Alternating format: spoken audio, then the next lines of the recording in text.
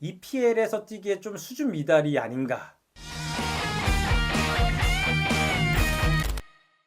안녕하세요. 미운 맨드 새끼의 슐룡입니다. 최근 4월에 열린 7경기 중에 4경기가 진행이 됐죠. 노팅엄 포레스트, 맨시티, 리옹, 뉴캐슬전까지. 사실 제가 기대했던 유로파 1차전에서는 무승부라는 그래도 소기의 성과를 거두고 왔지만 리그에서 성적이 또 바닥입니다. 특히 지난 새벽에 열렸던 뉴캐슬전에서 4대1로 대패하면서 다시 한번 맨유의 경기력에 좀 의문이 가져지는 그런 상황이 됐습니다. 근데 이게 결국에는 오늘의 주제랑도 좀 연관이 돼 있습니다. 제가 누누이 얘기해왔던 지금 현재 맨유의 가장 큰 문제는 공격진의 마무리다. 경기력이 좋아도 결국 골로 마무리 지어주지 못하면 경기에서 승리를 갖고 올 수 없죠. 그래서 오늘은 맨체스터 유나이티드의 논란의 9번 스트라이커 호일룬 선수에 대해서 좀 얘기를 해보고자 합니다. 호일룬 선수 2003년생이고요. 올해 22살입니다. 그리고 신체 조건이 꽤 좋은데요. 191cm에 85kg라는 꽤나 준수한 체격을 갖고 있습니다. 게다가 왼발잡이라는 특수성도 갖고 있는 선수이기 때문에 더 어린 유망주 시절부터 주목을 받았던 선수입니다. 국적은 덴마크고요. 덴마크 무대에서 프로 데뷔를 한 후에 아탈란타로 이적해서 빅리그에 데뷔하게 됩니다. 그래서 아탈란타에서 꽤나 좋은 모습을 보여줬고 그 모습을 보고 스트라이커 빈곤에 시달리던 맨체스터 유나이티드의 영입망에 걸렸습니다. 그래서 지난 시즌 아탈란타에서 7,500만 파운드를 주고 호일룬을 영입하게 됩니다. 그 이후 호일룬 선수가 보여준 모습 단적으로는 좀 실망스럽다입니다. 첫 번째 시즌은 리그 30경기에 출전해서 10골 2개의 도움을 거뒀습니다. 그래도 나이가 어리다는 점, 그리고 EPL에서 첫 시즌이라는 점을 고려했을 때는 최악의 성적은 아닙니다. 특히 유럽 대항전에서 좋은 모습을 보여줬는데요. 챔스 6경기에서 5골을 집어넣는 활약을 보여줍니다. 그리고 리그에서도 초반에는 좀 터지지 못하다가 리그 중반에 출전한 6경기 연속골을 넣는 기염을 통하면서 6경기 연속골 최연소 기록까지 기록하게 됩니다. 이러한 첫 번째 시즌의 활약을 발판 삼아 두 번째 시즌은 더 좋은 모습을 보여줄 거라고 많은 사람들이, 많은 팬들이 기대를 했는데요. 두 번째 시즌인 올 시즌 성적부터 좀 보겠습니다.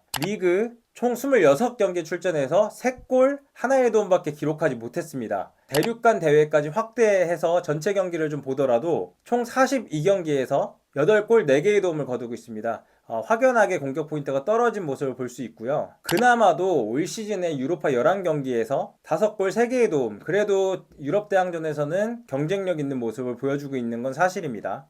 이렇게 두 시즌 동안 호일룬 선수가 기록한 스탯을 보면 총 85경기에서 24개의 골과 6개의 도움을 기록하고 있는데 리그만 한정해서 보면 56경기에서 13골, 3개의 도움을 기록하고 있습니다.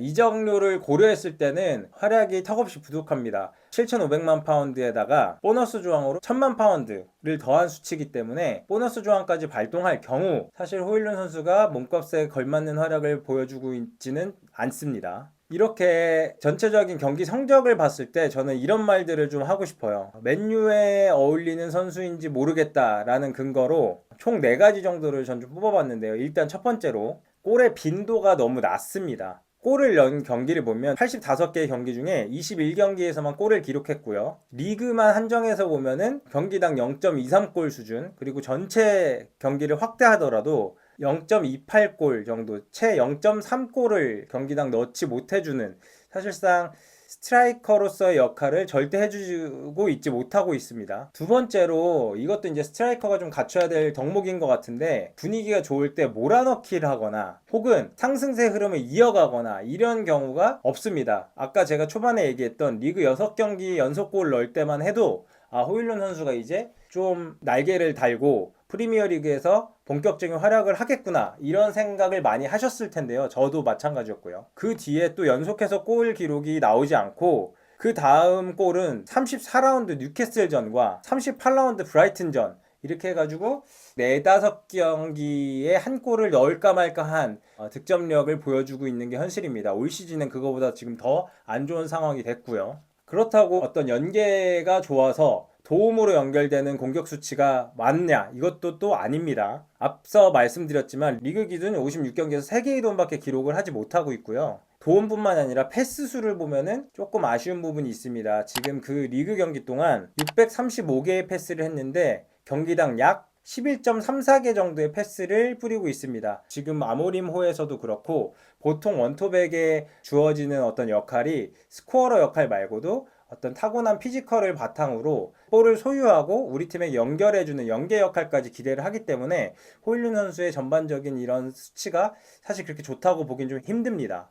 이게 또 보면은 결국에는 슈팅 기록이 별로 좋지가 않아요. 저는 이 슈팅 기록을 가장 문제 삼고 싶은 지점인데요. 지금 호일룬 선수가 리그 기준 56경기 동안 59개의 슈팅을 때렸습니다. 당연히 그에 대한 유효슛도 적을 수밖에 없는데 유효슛은 30개 정도밖에 때리지 못하고 있어요. 이게 득점이 많을래야 많을 수가 없죠. 그리고 제가 저번에 얘기했다시피 스트라이커의 연계라는 건 결국 본연의 역할에 충실해야지 연계라는 장점이 발현되는 거거든요.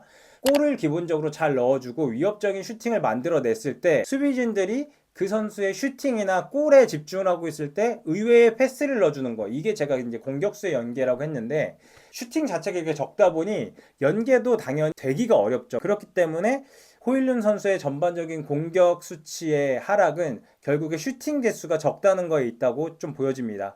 이렇게만 얘기하면 좀 근거가 좀 낮을 것 같아서 제가 다른 선수 기록도 좀 찾아와 봤습니다. 두 선수 모두 다 지금 맨체스터 유나이티드와 링크가 좀 계속 도는 선수인데요. 먼저 리암 델랍 선수입니다. 리암 델랍 선수의 소속팀이 입스위치 타운은 실질적으로는 지금 강등이 거의 확정된 상황이라고 보여집니다. 리그 18위 팀 강등권 팀에서 스트라이커에게 주어지는 기회가 더 많을까요? 아니면 호일룬 선수가 더 많을까요? 물론 맨유의 경기력도 좋지 않지만 당연히 입스위치 타운이 스트라이커로서 기회를 잡기 더 어려운 환경일 겁니다.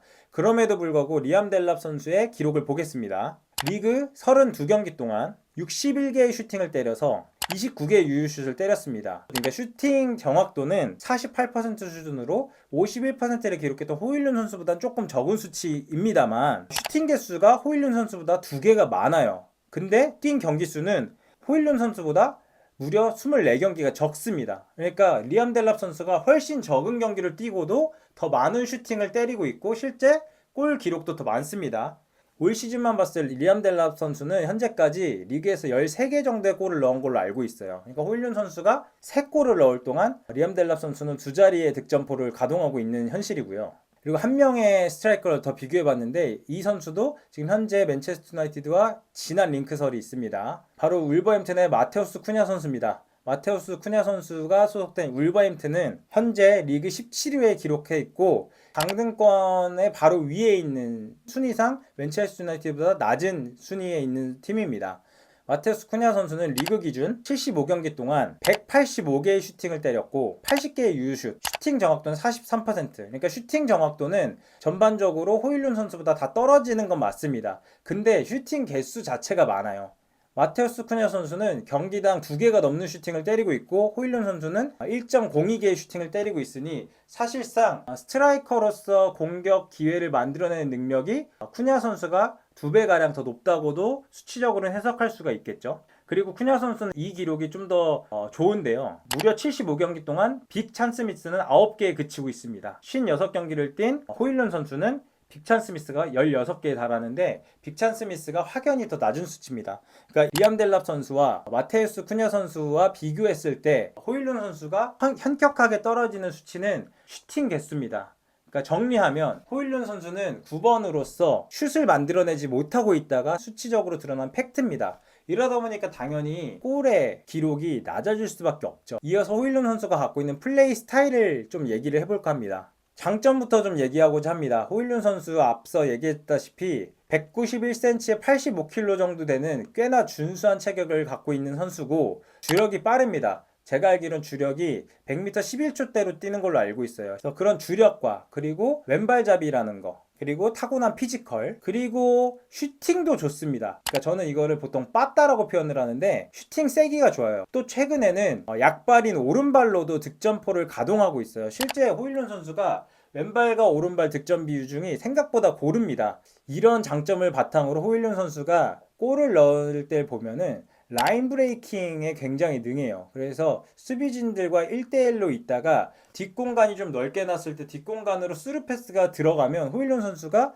타고난 피지컬과 주력 그리고 타고난 슈팅력, 슈팅 임팩트를 통해서 득점을 곧잘 만들어내고 있거든요. 그런데 이 장점을 굉장히 많이 단점들이 가리고 있는데 그 단점을 바로 언급해 보도록 하겠습니다. 제가 생각하는 가장 취약한 단점인데요. 공간에 대한 이해도가 굉장히 부족합니다. 그러니까 소위 말해 오프 더 볼의 움직임이 너무 안 좋아요. 거의 없다시피 해요.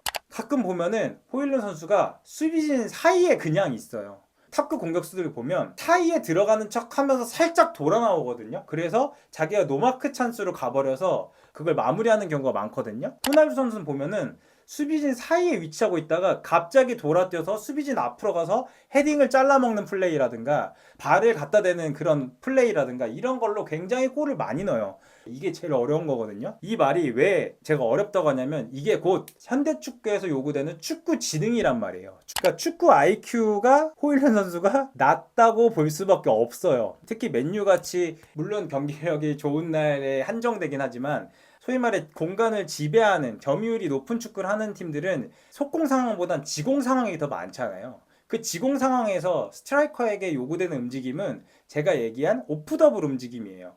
근데 호일룬 선수는 지공 상황에서 오프 더블 움직임이 좋지 않기 때문에 맨유가 지배하는 경기에서도 골을 기록하기 굉장히 어려운 겁니다. 그래서 오히려 호일룬 선수는 속공을 즐겨하는 팀으로 가면 잘할 수도 있어요. 근데 맨유에서는 이 모습이 제한적으로 보여지는 겁니다. 그리고 호일룬 선수가 큰 키에 비해 헤딩이나 경합 능력이 좀 부족해요. 제 생각에는 그 플레이를 즐겨 하지 않았던 것 같습니다. 이건 결국에는 그 선수가 유스 때부터 어떤 플레이를 해왔는지 습관이랑도 좀 연관이 돼 있는 것 같거든요. 제가 호일룬 선수의 어렸을 때 체격 신체 조건은 모르나 어렸을 때부터 큰 선수 포스트 플레이를 했던 선수는 아닌 것 같아요. 왜냐면 그 선수가 191에 86kg의 건장한 체격인데도 그 피지컬을 잘 활용할 줄 모른달까? 등지고 딱딱을 잘 못해요. 그리고 헤딩의 위치 선정, 그러니까 공의 낙하 지점에 대한 위치 선정도 좀 잘 못하는 것 같아요. 여기에 더해서 터치도 그렇게 좋진 않아요. 그러면 9번으로서 대부분 자기 역할에 8할 이상을 해줘야 되는 공 소유와 연계와 그리고 슈팅 마무리까지 연결이 진짜 안 되는 겁니다. 그러니까 어떻게 보면은 이런 얘기까지 하기 좀 그렇습니다만 EPL에서 뛰기에 좀 수준 미달이 아닌가, 이렇게 저는 좀 판단을 하고 있어요. 그리고 이것까지 좀 얘기하면 진짜 호일룬 선수가 결국 단점 투성인 선수밖에 안 되는데 부상이 좀 많아요. 특히 근육 부상이 되게 많습니다. 햄스트링이라든가 허벅지 근육이라든가 등 근육 부상이 굉장히 많아요. 그래서 자기가 골을 넣고 나서 결장을 꽤 많이 하는 경우가 있어서 자기가 좋았던 흐름이 계속 끊기게 되는 이유도 있습니다. 이런 단점들이 결국에 호일룬 선수가 탑급의 포텐셜을 갖고 있음에도 터지지 않고 있지 않나, 이런 생각을 하게 돼요. 그러면 어떻게 이게 개선이 될까요? 저는 일단은 가장 현실적인 개선은 결국에는 공격수 영입입니다. 제가 최근에 제 채널에 투표를 2개를 올렸습니다. 먼저 영입했으면 하는 공격수와 호일룬 선수의 잔류 여부를 2가지로 올렸는데, 먼저 영입했으면 좋겠는 공격수에서 가장 많이 득표수를 얻은 게 빅토르 요케레스 선수고요. 호일룬 선수는 잔류시킨다, 판매한다, 임대를 보낸다 중에 판매한다가 압도적으로 많았습니다. 그러니까 현실적으로는 호일룬 선수보다 더 완성형의 공격수를 데리고 와야 되는 게 맞습니다.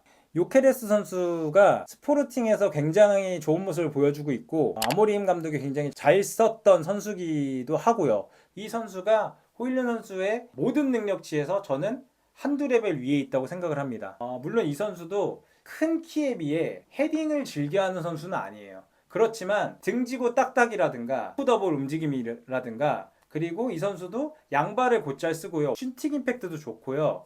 무엇보다 호일룬 선수보다 연계 능력이 좋아요. 그리고 뭐 말할 것도 없이 득점이 압도적이에요. 포르투갈 리그가 EPL 리그에 비해서 수준이 떨어지는 리그는 맞긴 합니다만 그래도 스포르팅이 유럽 대항전에 나오는 강팀이고 요케레스 선수가 빅클럽한테 보여줬던 모습을 봤을 때 충분히 경쟁력이 있습니다. 그리고 이런 현실적인 해결책 외에도 호일룬 선수의 여전히 어린 나이와 유망성에 좀 더 기대를 건다면 전 임대를 보내는 것도 방법이라고 생각합니다. 호일룬 선수가 오히려 지공 상황에서의 장점보다는 속공 상황에서 더 장점이 드러나는 선수이기 때문에 오히려 EPL 같은 리그 내에서 하위 팀으로 이적을 해서 자기가 원래 갖고 있던 장점을 더 날카롭게 레벨업 할 수 있는 팀으로 갔으면 좋겠어요. 그리고 호일룬 선수가 그래도 유럽 대항전에서는 경쟁력 있는 모습을 보여주기 때문에 EPL 리그에서 경험을, 하위 리그에서 좀 더 경험을 쌓아서 자신감 있는 모습으로 돌아온다면 조금 기대해 볼 만 하지만, 저도 사실 투표 결과처럼 호일룬 선수가 갑자기 EPL에서 20골을 넣는다거나 이런 활약은 조금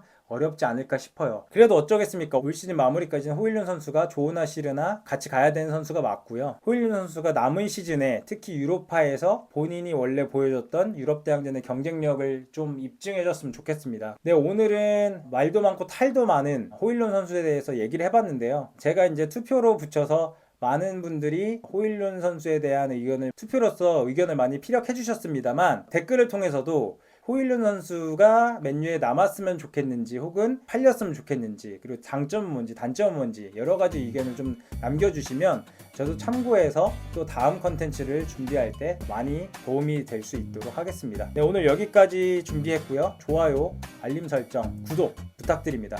감사합니다.